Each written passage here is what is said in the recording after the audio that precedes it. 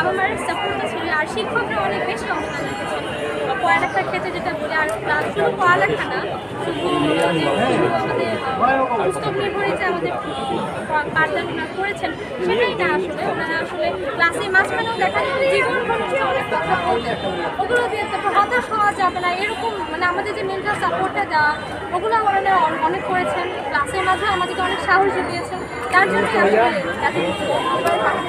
এর পেছনে কারণ আমি বলবো যে স্বচ্ছতা যে একটা ব্যাপার ছিল খাতা দেখার ক্ষেত্রে, ওইটা আসলে বেশি বৃদ্ধি পেয়েছে। আমি বলবো যে বিগত আমাদের দেখা গিয়েছে যে একটা চাপ, আমরা শুনেছি এরকম যে একটা চাপ করা হতো যে যেমন যে বিয়ে 5 বেশি আসে বা এরকম, তো ওইটা এবার ছিল না, হয়তো স্বচ্ছতা বেশি বৃদ্ধি পেয়েছে এই জন্যই হয়তো। আচ্ছা, ছেলেরা মেয়ে ছেলে আসলে সবারই মেধা আসলে সবার, কিন্তু দেখার বিষয় হচ্ছে কি কতটুকু এফোর্ট দিচ্ছে। অনেক সময় দেখা যায় যে ছেলেরা অনেক সময় অন্যান্য অনেক বিষয়ে জড়িয়ে যায়, অপরাধ করি বা অন্য যেই সাইডগুলোতে বেশি জড়িয়ে যায়, যার কারণে ওরা হচ্ছে ওই কারণে হয়তো করতে পারে না কতটা মেয়েরা হচ্ছে।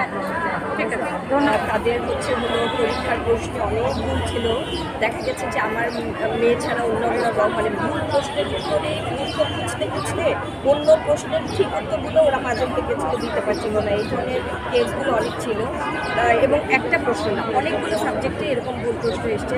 আবার যেটা হয়েছে যে পরীক্ষার প্রশ্ন অনেক হার্ড ছিল, খাতাও অনেক হার্ড করে দেখেছি, কোনো গ্রেস মার্ক দেওয়া হবে না বলেছে আগে থেকেই।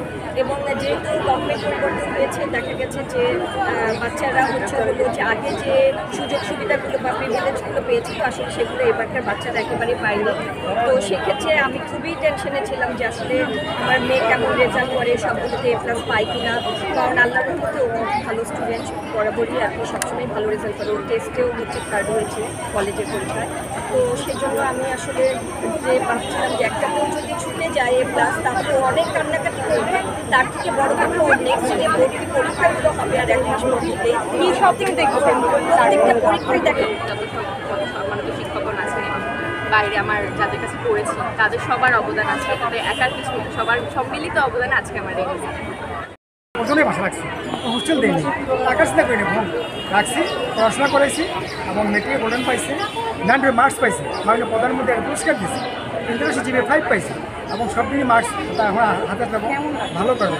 আমার অত্যন্ত ভালো লাগছে, আমি অভিযোগ আমি গর্বিত যে আজকে বিহার স্কুলে এসে আপনার সাক্ষাৎ দিতে পারতেছি আমার মেয়ের জন্য, এবং এই জন্য এর সবচেয়ে অবদান, এর ঘন অবদান, টিচারদের অবদান, আমরা তো গাইডে আছি, আমার তো হেল্প করছি না, ওরা আসলে করতে দেয়।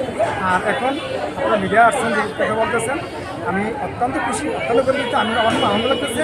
এবছর যে ফলাফল হয়েছে এটা বিভিন্ন কারণ হতে পারে, মৌলিক কারণ হতে পারে, একাডেমিতে বিভিন্ন দেশে জর্জরটা গেছে, 5 আওলাদ গেছে, আন্দোলন গেছে, কত ওদিকে পুরান ডাইভার্টে গেছিলো, কিছু পরে আসছে, বিভিন্ন কারণ হতে পারে। এর জন্য ছাত্রী খারাপ এমন কোনো কথা না, সেটা আছে।